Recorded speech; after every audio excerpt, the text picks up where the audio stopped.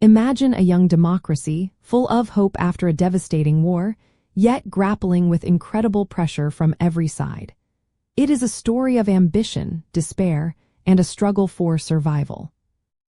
The Weimar Republic, Germany's first democratic government from 1919 to 1933, experienced profound political instability due to a complex interplay of inherited war consequences, economic crises, and deep-seated societal divisions. One major cause was the Treaty of Versailles. Its harsh terms, especially the war guilt clause and immense reparation demands, deeply humiliated and economically crippled Germany. This fueled widespread resentment and provided fertile ground for extremist groups who promised to overturn the treaty. Persistent economic crises further destabilized the Republic. The hyperinflation of 1923, where money became almost worthless overnight, wiped out the savings of the middle class and shattered public faith in the government's ability to manage the economy. Later, the Great Depression, starting in 1929, brought mass unemployment and further economic despair, pushing many towards radical solutions. Germany also lacked a strong democratic tradition, and its system of proportional representation often led to weak and unstable coalition governments.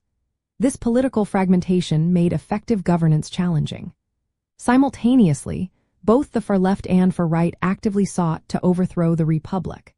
These extremist ideologies exploited public grievances and used political violence to destabilize the state. Furthermore, elements within the traditional establishment, including parts of the army and the judiciary, often remained sympathetic to the old imperial order or overtly hostile to the new republic. This systemic resistance undermined the government's authority and legitimacy, leading to lenient sentences for right-wing plotters and coups. Understanding these foundational challenges helps us see how external pressures combined with internal weaknesses created a volatile environment.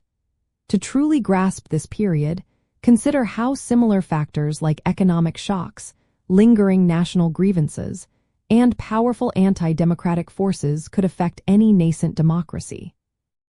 This period also saw the rise of the Dolchstoßlegende, or the stab-in-the-back myth, a powerful propaganda tool used by conservative and right-wing elements. This false narrative claimed that the German army was not defeated on the battlefield but was betrayed by internal enemies like socialists, communists, and Jews. This myth skillfully redirected public anger away from military leadership and towards the nascent democratic government, severely eroding its public support and legitimacy. Ultimately, the Weimar Republic's political instability was not a single failure but a cascade of interconnected challenges. It highlights how a young democracy, burdened by historical grievances, economic turmoil, and internal opposition, can struggle to consolidate power and withstand the rise of authoritarian movements, offering vital lessons on the fragility of democratic institutions under duress.